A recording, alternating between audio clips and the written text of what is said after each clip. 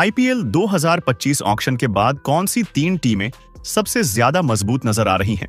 कौन सी टीमें प्लेऑफ में पहुंचने की प्रबल दावेदार हैं? और कौन सी टीमें बाकी टीमों से कमजोर साबित हो सकती हैं? इस वीडियो में हम जानेंगे सभी 10 टीमों की नई स्क्वाड की रेटिंग और रैंकिंग, और देखेंगे कि कौन सी टीम सबसे तगड़ी है। आईपीएल 2025 की सबसे कमजोर टीम कौन सी है? अगर आप पेपर पर देखें तो हमारे एनालिसिस के मुताबिक एलएसजी इस लिस्ट में सबसे नीचे आती है। हालांकि ऋषभ पंत को 27 करोड़ में खरीदकर एक बड़ा दांव खेला गया, लेकिन क्या यह टीम वाकई में बैलेंस नजर आती है? आइए एलएसजी की बल्लेबाजी, ऑलराउंडर्स और गेंदबाजी का एक डीप एनालिसिस करते हैं और देखते हैं कि क्या यह टीम वाकई आईपीएल 2025 की सबसे कमजोर टीम है या फिर ग्राउंड पर कुछ अलग कहानी देखने को मिलेगी। एलएसजी की बल्लेबाजी को देखें तो स्क्वाड में कुछ बड़े नाम मौजूद हैं। ऋषभ पंत कप्तान और wicketkeeper, Nicholas Pooran, David Miller, Aiden Markram. ये नाम सुनकर लगता है कि बल्लेबाजी अच्छी होगी, लेकिन एक बड़ी समस्या दिखती है, भारतीय बल्लेबाजों की कमी। ऋषभ पंत एकमात्र भारतीय बल्लेबाज हैं जो टॉप 5 में नजर आ रहे हैं। बाकी सभी विदेशी प्लेयर्स हैं और यह टीम को अनस्टेबल बना सकता है। अगर कोई विदेशी बल्लेबाज फ्लॉप हो गया तो भारतीय बैटिंग ऑप्शंस मौजूद नहीं है। लोअर मिडिल ऑर्डर में अनुभवहीनता है जो टीम को परेशानी में डाल सकती है। ऋषभ पंत एक शानदार फिनिशर हो सकते हैं, लेकिन क्या वो पूरे आईपीएल में हर मैच में बैटिंग संभाल पाएंगे? इसलिए एलएसजी की बल्लेबाजी को 10 में से 9 अंक दिए जा सकते हैं। आईपीएल में ऑलराउंडर्स टीम के लिए गेम चेंजर साबित होते हैं, लेकिन एलएसजी के लिए यही सबसे कमजोर कड़ी नजर आ रही है। स्क्वाड में 5 ऑलराउंडर्स हैं, जिनमें सबसे बड़ा नाम मिचेल मार्श का है। मिचेल मार्श अच्छे खिलाड़ी हैं, लेकिन उनका इंजरी रिकॉर्ड हमेशा एक चिंता का विषय रहा है। अगर मार्श नहीं चले तो एलएसजी के पास कोई बैकअप प्लान नहीं है। पिछले साल कृणाल पांड्या एक भरोसेमंद ऑलराउंडर थे जो 2 से 4 ओवर गेंदबाजी भी कर सकते थे, लेकिन इस बार वह टीम में नहीं है। आयुष बडोनी को एक ऑलराउंडर के रूप में स्क्वाड में रखा गया है, लेकिन उनकी कंसिस्टेंसी अभी तक सवालों के घेरे में रही है। इसलिए एलएसजी के ऑलराउंडर्स को 7.5 अंक 10 में से दिए जा सकते हैं। एलएसजी की गेंदबाजी पिछले सीजन भी थोड़ी कमजोर दिख रही थी और इस बार भी हालात कुछ खास बेहतर नहीं लग रहे। टीम में आवेश खान और आकाशदीप जैसे भारतीय तेज गेंदबाज जरूर हैं, लेकिन विदेशी तेज गेंदबाजों की कमी साफ नजर आ रही है। पिछले साल मार्क वुड के हटने के बाद टीम ने शमर जोसेफ को रिप्लेसमेंट के रूप में लाया था, लेकिन उनका प्रदर्शन कुछ खास नहीं था। इस बार भी वही समस्या बनी हुई है, विदेशी पेसर्स की कमी। स्पिन डिपार्टमेंट पूरी तरह से रवि बिश्नोई पर निर्भर करेगा, लेकिन उनके अलावा कोई बड़ा स्पिनर नजर नहीं आता। मयंक यादव और आवेश खान को स्टेप अप करना होगा, नहीं तो टीम के लिए दिक्कतें बढ़ सकती हैं। इसलिए गेंदबाजी को 7.5 अंक 10 में से दिए जा सकते हैं। तो एलएसजी को मिलता है 30 में 23। इस स्कोर के आधार पर एलएसजी को पेपर पर आईपीएल 2025 की सबसे कमजोर टीम कहा जा सकता है। लेकिन क्या ग्राउंड पर यह टीम हमें गलत साबित कर सकती है? क्रिकेट अनप्रेडिक्टेबल गेम है और किसी भी टीम का प्रदर्शन केवल स्क्वाड देखकर तय नहीं किया जा सकता। पिच और मैच की परिस्थितियां बहुत कुछ बदल सकती हैं। कई बार कमजोर दिखने वाली टीमें सरप्राइज कर देती हैं। क्या एलएसजी वाकई सबसे कमजोर टीम है या आपको कोई और टीम ज्यादा कमजोर लगती है? कमेंट सेक्शन में बताइए। एलएसजी के बाद अब नजर डालते हैं नंबर 9 की टीम पर, जो है दिल्ली कैपिटल्स। जी हां, दिल्ली की टीम पर ऋषभ पंत की गैर मौजूदगी का असर साफ दिखता है। हालांकि नीलामी में दिल्ली ने कुछ स्मार्ट पिक्स जरूर किए, लेकिन क्या टीम में वो बैलेंस है जो उन्हें आईपीएल 2025 में टॉप पर ले जा सके? चलिए एक एक करके देखते हैं। दिल्ली की बल्लेबाजी मजबूत नजर आती है। टीम के पास KL Rahul, Harry Brook, McGurk, Faf du Plessis, Ferreira, Tristan Stubbs और समीर रिजवी जैसे खिलाड़ी हैं। यह साफ है कि दिल्ली ने बल्लेबाजी में काफी निवेश किया है और यही उनकी सबसे बड़ी ताकत भी है। लेकिन एक बात साफ है, दिल्ली की बल्लेबाजी विदेशी खिलाड़ियों पर बहुत ज्यादा निर्भर है। केएल राहुल इस बैटिंग लाइनअप की रीढ़ होंगे और बतौर कप्तान वो बड़ी जिम्मेदारी निभाएंगे। बल्लेबाजी को हम देंगे 10 में से 9 अंक। अब ऑलराउंडर्स की बात करें तो यहीं पर दिल्ली को दिक्कतें शुरू होती हैं। करुण नायर, आशुतोष शर्मा, दर्शन नालकंडे और विजय, ये कुछ नाम हैं, लेकिन इनका ऑलराउंडर के तौर पर बड़ा प्रभाव नजर नहीं आता। पूरी टीम अक्षर पटेल पर निर्भर रहने वाली है। अगर अक्षर का दिन खराब रहा तो दिल्ली के पास बैकअप में कोई बड़ा नाम नहीं है। पिछले सीजन में आशुतोष शर्मा का प्रदर्शन ठीक था, लेकिन वो बल्लेबाज के रूप में ज्यादा असरदार थे। इसलिए दिल्ली के ऑलराउंडर्स को हम देंगे 10 में से 7 अंक। अब गेंदबाजी को देखें तो दिल्ली के पास कुछ अच्छे नाम हैं। Mitchell Starc, T, Natarajan, Mohit Sharma, Mukesh Kumar, Kuldeep Yadav और दुष्मंता चमीरा। स्टार्क जरूर एक बड़ा नाम है, लेकिन उनका आईपीएल रिकॉर्ड अब तक औसत ही रहा है। वो चोट से बचने के लिए पूरा दम नहीं लगाते, जो एक चिंता का विषय हो सकता है। स्पिन विभाग पूरी तरह से कुलदीप यादव पर निर्भर होगा। अगर कुलदीप लय में होते हैं तो दिल्ली की गेंदबाजी मजबूत दिखेगी, लेकिन अगर वो फीके रहे तो ये टीम संघर्ष करती नजर आएगी। मुकेश कुमार को वापस लाना दिल्ली का एक अच्छा फैसला था, लेकिन क्या वो टीम के लिए गेम चेंजर साबित होंगे, ये देखना बाकी है। दिल्ली की गेंदबाजी को हम देंगे 10 में से 8 अंक। तो कुल मिलाकर दिल्ली कैपिटल्स को मिलते हैं 20 में से 24 अंक। एलएसजी से 1 अंक ज्यादा, लेकिन फिर भी यह टीम कागज पर कमजोर नजर आ रही है। ऋषभ पंत और रिकी पोंटिंग का असर साफ दिखता है और दिल्ली को इस सीजन में काफी मेहनत करनी होगी। आपको क्या लगता है, क्या दिल्ली इस बार प्ले-ऑफ तक पहुंच पाएगी या फिर नीचे ही रहेगी? कमेंट करके बताइए। दिल्ली कैपिटल्स के बाद अब बढ़ते हैं नंबर 8 की ओर, जहां हमने राजस्थान रॉयल्स को रखा है। कागज पर देखें तो राजस्थान की टीम पिछले साल के मुकाबले थोड़ी कमजोर हुई है। इसका अंदेशा रिटेंशन के वक्त ही लग गया था। अब विस्तार से देखते हैं राजस्थान की टीम को। राजस्थान की बल्लेबाजी हमेशा से इनकी ताकत रही है। इस साल भी टीम के पास संजू सैमसन, नीतीश राणा, शिवम दुबे, सूर्यवंशी, हेटमायर, यशस्वी जायसवाल, ध्रुव जुरेल और रियान पराग जैसे नाम हैं। लेकिन बड़ा नुकसान यह हुआ कि बटलर टीम से बाहर हो गए। बटलर के रिप्लेसमेंट के तौर पर कोई बड़ा विदेशी बल्लेबाज राजस्थान नहीं ला पाई, जो इनकी स्ट्रेंथ को हल्का कर देता है। हालांकि जायसवाल और सैमसन शानदार फॉर्म में हैं, लेकिन बटलर जैसा नाम और एक्सपीरियंस मिस होगा। पिछले साल ये बल्लेबाजी 10 में 10 थी, लेकिन इस बार 10 में 9 दे रहे हैं। राजस्थान के ऑलराउंडर सेक्शन में जोफ्रा आर्चर, वाणिंदु हसरंगा और युद्धवीर सिंह जैसे 3 ही विकल्प हैं। ये तीनों बड़े नाम हैं, लेकिन आर्चर और हसरंगा का फॉर्म और फिटनेस सवालों के घेरे में है। जोफ्रा आर्चर, आईपीएल में उनका रिकॉर्ड अनिश्चित रहा है। वो चोटिल होने से बचने के लिए पूरा दम नहीं लगाते। वाणिंदु हसरंगा, पिछले कुछ सीजन से उनकी गेंदबाजी में गिरावट आई है। युद्धवीर सिंह अभी तक बड़े स्तर पर ज्यादा साबित नहीं हुए हैं। 3 ही ऑलराउंडर के साथ राजस्थान थोड़ी कमजोर दिखती है, इसलिए हमने इसे 10 में 8 रेट किया है। राजस्थान की गेंदबाजी इस बार पिछले साल जितनी मजबूत नहीं लग रही। तीक्ष्णा, आकाश मधवाल के मफाका, संदीप शर्मा, बोल्ट और चहल की रिप्लेसमेंट नहीं मिल पाई। चहल की गैर मौजूदगी में राजस्थान की स्पिन अटैक कमजोर दिखती है। इस कमजोर गेंदबाजी के चलते हमने राजस्थान को 10 में से 7.5 अंक दिए हैं। तो यार, राजस्थान को इस साल कुल 30 में 25 नंबर दिए हैं। पिछले साल तक ये 27 से 28 तक जा रहे थे। टीम अब भी मजबूत बल्लेबाजी के दम पर मैच निकाल सकती है, लेकिन अगर बल्लेबाजी फ्लॉप हुई तो टीम संघर्ष करेगी। आपकी क्या राय है? क्या राजस्थान की टीम आपको भी कमजोर लग रही है? कमेंट सेक्शन में अपनी रेटिंग दीजिए। आगे बढ़ते हैं दोस्तों, अब बात कर लेते हैं नंबर 7 की। 7वें नंबर पर जो टीम है वो पंजाब किंग्स दिख रही है। पिछले साल तक ये टीम काफी कमजोर मानी जा रही थी, लेकिन शायद इस बार रिकी पोंटिंग का इफेक्ट देखने को मिल सकता है। कागज पर देखें तो टीम थोड़ी ऊपर उठी है, लेकिन अभी भी बहुत मजबूत नहीं लग रही। टीम की बल्लेबाजी की रीढ़ होंगे कप्तान अय्यर, जो कि सबसे महत्वपूर्ण भूमिका निभाएंगे। उनके अलावा विष्णु विनोद, जॉस इंग्लिश, प्रभा सिमरन सिंह जैसे खिलाड़ी हैं, लेकिन इनके प्रदर्शन पर बहुत भरोसा नहीं किया जा सकता। कुल मिलाकर बल्लेबाजी पूरी तरह से अय्यर के इर्द गिर्द घूमती नजर आ रही है। अय्यर होंगे तो पंजाब की बैटिंग चलेगी, नहीं तो टीम संघर्ष कर सकती है। इसीलिए बल्लेबाजी को 10 में से 8 नंबर दिए गए हैं।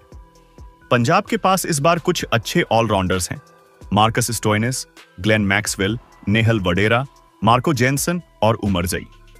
हालांकि यह भी ध्यान देने वाली बात है कि मैक्सवेल खुद कह चुके हैं कि उनका सबसे बुरा समय पंजाब की टीम में ही बीता था। स्टोइनिस भी पहले पंजाब में खेल चुके हैं। ऐसे में देखना होगा कि क्या ये खिलाड़ी इस बार अच्छा कर पाते हैं या नहीं। भारतीय ऑलराउंडर्स की कमी भी पंजाब के लिए चिंता का विषय हो सकती है। ऑलराउंडर्स को 10 में से 8.5 नंबर मिलते हैं। गेंदबाजी पर नजर डालें तो गेंदबाजी पंजाब की थोड़ी मजबूत लग रही है। टीम के पास अर्शदीप सिंह और युजवेंद्र चहल जैसे बेहतरीन गेंदबाज हैं, जो बड़ी भूमिका निभाएंगे। इनके अलावा लॉकी फर्ग्यूसन, यश ठाकुर, हरप्रीत बरार, विशक कुमार और कुलदीप सेन भी टीम में मौजूद हैं।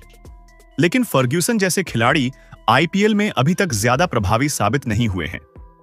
गेंदबाजी डिपार्टमेंट पूरी तरह अर्शदीप और चहल पर निर्भर दिखता है।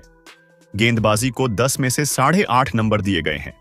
पंजाब किंग्स को कुल 30 में से 25 नंबर दिए गए हैं, जो दर्शाते हैं कि यह एक औसत टीम है। रिकी पोंटिंग ने टीम को मजबूत बनाने की कोशिश की है, लेकिन एक ही नीलामी में कोई टीम पूरी तरह नहीं बदल सकती।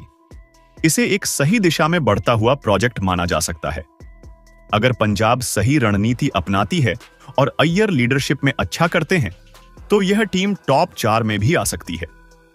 कमेंट बॉक्स में बताइए कि आप पंजाब किंग्स को कितने नंबर देंगे।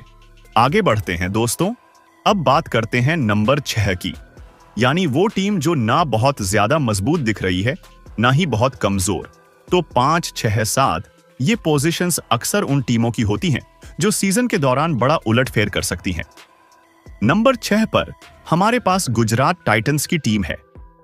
अब देखने वाली बात यह है कि क्या यह टीम कागज पर जितनी औसत दिख रही है, मैदान पर भी वैसी ही होगी या फिर कोई बड़ा धमाका कर सकती है।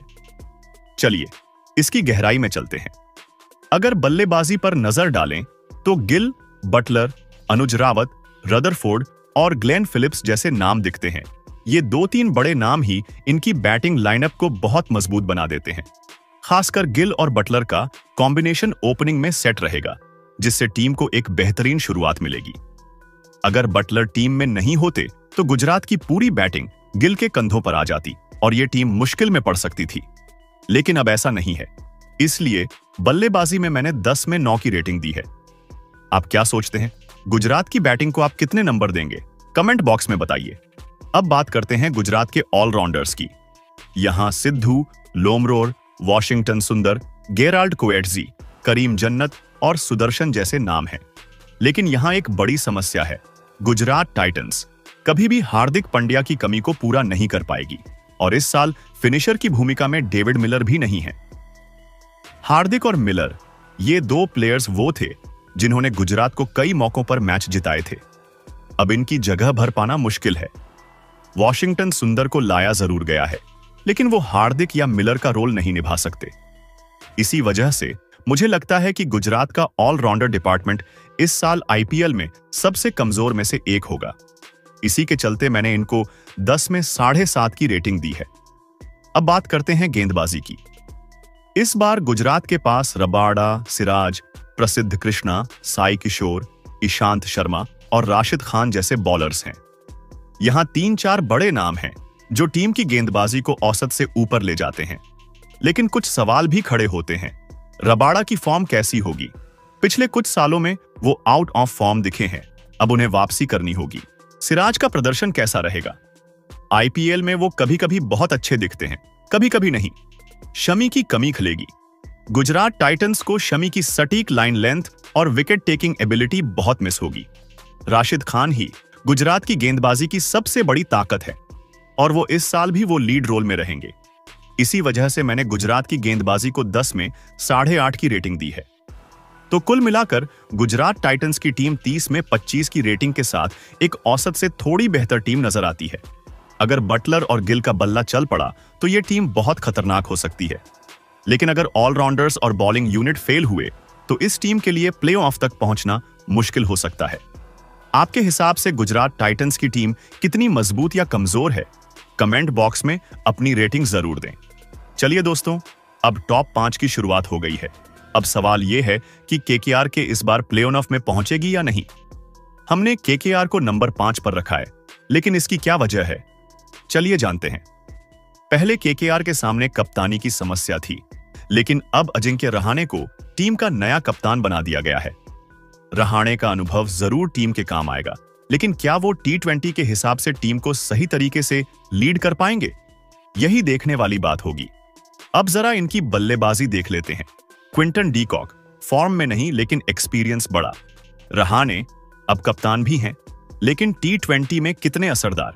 गुरबाज एक्सप्लोसिव लेकिन अनस्टेबल।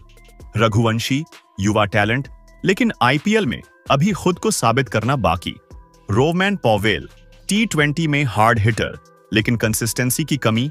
मनीष पांडे अनुभवी, लेकिन धीमी स्ट्राइक रेट दिक्कत बन सकती है। रिंकू सिंह फिनिशर के रोल में भरोसेमंद, बैटिंग लाइनअप ठीक ठाक है, लेकिन श्रेयस अय्यर और नीतीश राणा की कमी पूरी नहीं हुई। रिंकू सिंह पर बहुत ज्यादा डिपेंडेंसी रहेगी। डीकॉक को भी ओपनिंग में चलना ही होगा, वरना टीम दिक्कत में आ सकती है। इसलिए बल्लेबाजी को हमने दिया है 10 में 8 रैंक। केकेआर हमेशा से अपने ऑलराउंडर्स के लिए जानी जाती है और इस बार भी यह डिपार्टमेंट मजबूत दिखता है। वेंकटेश अय्यर बैटिंग बॉलिंग दोनों में टीम के लिए अहम। Anukul Roy spinner plus batting support. Moeen Ali बड़ी टीमों के खिलाफ गेम चेंजर। रमनदीप सिंह युवा, लेकिन सही मौके मिलने पर कमाल कर सकते हैं।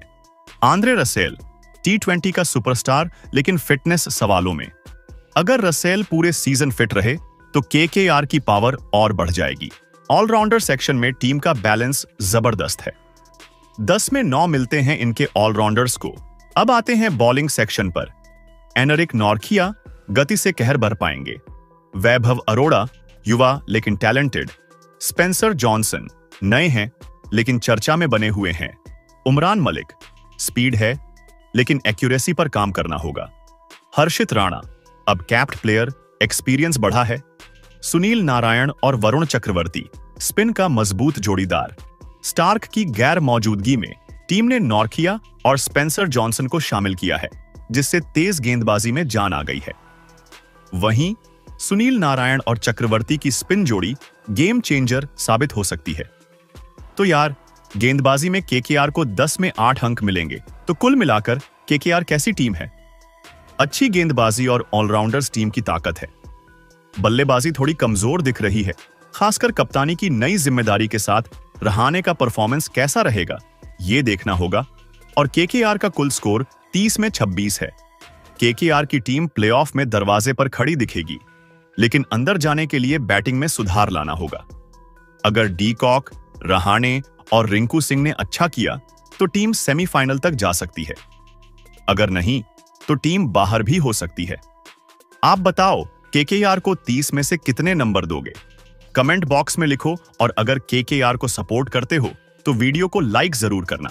अब बात करते हैं टॉप 4 की, यानी उन 4 टीमों की जो अभी की स्थिति में नीलामी के बाद कागज पर प्ले-ऑफ में जाती हुई दिख रही है। नंबर 4 पर हमने रखा है सनराइजर्स हैदराबाद को।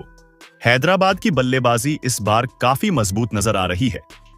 ईशान किशन, ट्रेविस हेड और हेनरिक क्लासन, ये 3 नाम ही काफी हैं ये बताने के लिए कि टीम की बैटिंग कितनी खतरनाक है। हेड ओपनिंग करेंगे, मिडिल ऑर्डर को क्लासन और ईशान संभाल लेंगे। ईशान किशन के आने से विकेट कीपिंग का भी बेहतरीन ऑप्शन मिल गया है, जो टीम की बड़ी जरूरत थी। हेड और क्लासन जबरदस्त फॉर्म में है, इसलिए बल्लेबाजी को 10 में 9.5 नंबर मिलते हैं। आज से 5 साल पहले यही नाम होते तो शायद 7 नंबर ही देते, लेकिन अब ये प्लेयर्स वर्ल्ड क्लास बन चुके हैं। अब ऑलराउंडर्स की बात करते हैं। टीम के पास अभिषेक शर्मा और नीतीश रेड्डी जैसे शानदार भारतीय ऑलराउंडर्स हैं। ये दोनों पहले अनकैप्ड थे, लेकिन अब इंडियन टीम का हिस्सा बन चुके हैं, जिससे इनका आत्मविश्वास और प्रदर्शन दोनों बेहतर हुए हैं। अभिषेक 2 ओवर निकाल सकते हैं, जबकि नीतीश रेड्डी पूरे 4 ओवर डाल सकते हैं। विदेशी ऑलराउंडर नहीं होने की वजह से थोड़ा बैलेंस मिस हो सकता है, लेकिन फिर भी इनका कॉम्बिनेशन बढ़िया है, तो ऑलराउंडर में 10 में से 9 अंक मिलते हैं। गेंदबाजी इस बार काफी हद तक पिछले साल जैसी ही है, लेकिन कुछ बदलाव देखने को मिले हैं। टीम ने मोहम्मद शमी और हर्षल पटेल को शामिल किया है, जो आईपीएल में खुद को साबित कर चुके हैं। राहुल चाहर और एडम जैम्पा स्पिन डिपार्टमेंट को मजबूती देंगे, और जैम्पा हसरंगा से बेहतर ऑप्शन लग रहे हैं। पैट कमिंस पहले से थे, जो लीडरशिप में भी मदद करेंगे। पिछले सीजन में एसआरएच की गेंदबाजी ज्यादा दमदार नहीं थी, लेकिन इस बार थोड़ी और बैलेंस नजर आ रही है और बॉलिंग को हमने 10 में से 8 अंक दिया है और इस टीम को हमने 30 में से 26.5 नंबर दिए हैं और ये पूरी तरह से प्लेऑफ की दावेदार नजर आ रही है। ईशान किशन के आने से बैटिंग और भी खतरनाक हो गई है और नीतीश रेड्डी का डेवलपमेंट टीम के लिए बोनस साबित होगा। आपको क्या लगता है, क्या एसआरएच को टॉप 3 में होना चाहिए? अपने विचार कमेंट में बताएं और अगर आप सनराइजर्स के फैन हैं तो वीडियो को लाइक करना ना भूलें। दोस्तों, हम नंबर 3 की बात करें तो मेरे हिसाब से यहां पर आती है आरसीबी की टीम। नीलामी में लोगों ने सवाल उठाए कि आरसीबी कर क्या रही है, इतना बड़ा बजट लेकर गई लेकिन खिलाड़ी सही से नहीं लिए। लेकिन अगर ये नीलामी थोड़ी और दिमाग से खेलते तो ये नंबर 1 पर भी आ सकते थे। फिर भी टीम अभी भी काफी मजबूत है और नंबर 3 पर आती है। आरसीबी ने इस बार राजत पाटीदार को कप्तान बनाया है। विराट कोहली के अनुभव और पाटीदार की आक्रामक सोच का कॉम्बिनेशन टीम के लिए शानदार हो सकता है। भले ही पाटीदार के पास बड़ा कप्तानी अनुभव नहीं है, लेकिन उनके पास टीम का पूरा सपोर्ट होगा। अब देखना यह है कि क्या यह कप्तानी आरसीबी के लिए लकी साबित होगी। आरसीबी की बल्लेबाजी बेहद मजबूत दिख रही है। राजत पाटीदार कप्तान, Virat Kohli, Liam Livingstone, Phil Salt, Jitesh Sharma, Tim David, Devdutt Padikkal और चिकारा भी अच्छे फॉर्म में हैं। मतलब बल्लेबाजी में कोई कमजोरी नहीं है। फील सॉल्ट एक बेहतरीन विकल्प साबित हो सकते हैं और अगर यह बल्लेबाजी विस्फोटक अंदाज में आई तो बाकी टीमों के लिए मुसीबत बन जाएगी। इसलिए आरसीबी की बल्लेबाजी को 10 में से पूरे 10 नंबर। लेकिन ऑलराउंडर में कमजोरी साफ दिख रही है और ऑलराउंडर के रूप में Krunal Pandya, Swapnil Singh, Romario Shepherd, Jacob Bethell, Rathi. Krunal Pandya सबसे बड़े एक्स फैक्टर होंगे, लेकिन अगर वो फ्लॉप हुए तो टीम के पास कोई बैकअप प्लान नहीं है। इसलिए ऑलराउंडर सेक्शन को 10 में से 7 नंबर। पिछले साल की तुलना में गेंदबाजी बेहतर हुई है। जोश हेजलवुड, रसिक दार, सुयश शर्मा, भुवनेश्वर कुमार, यश दयाल, लुंगी एंगडी। सुयश शर्मा स्पिन में मदद करेंगे, लेकिन अगर आरसीबी ने युजवेंद्र चहल को वापस लिया होता तो यह गेंदबाजी और मजबूत हो सकती थी। गेंदबाजी को 10 में से 8.5 नंबर मिलते हैं।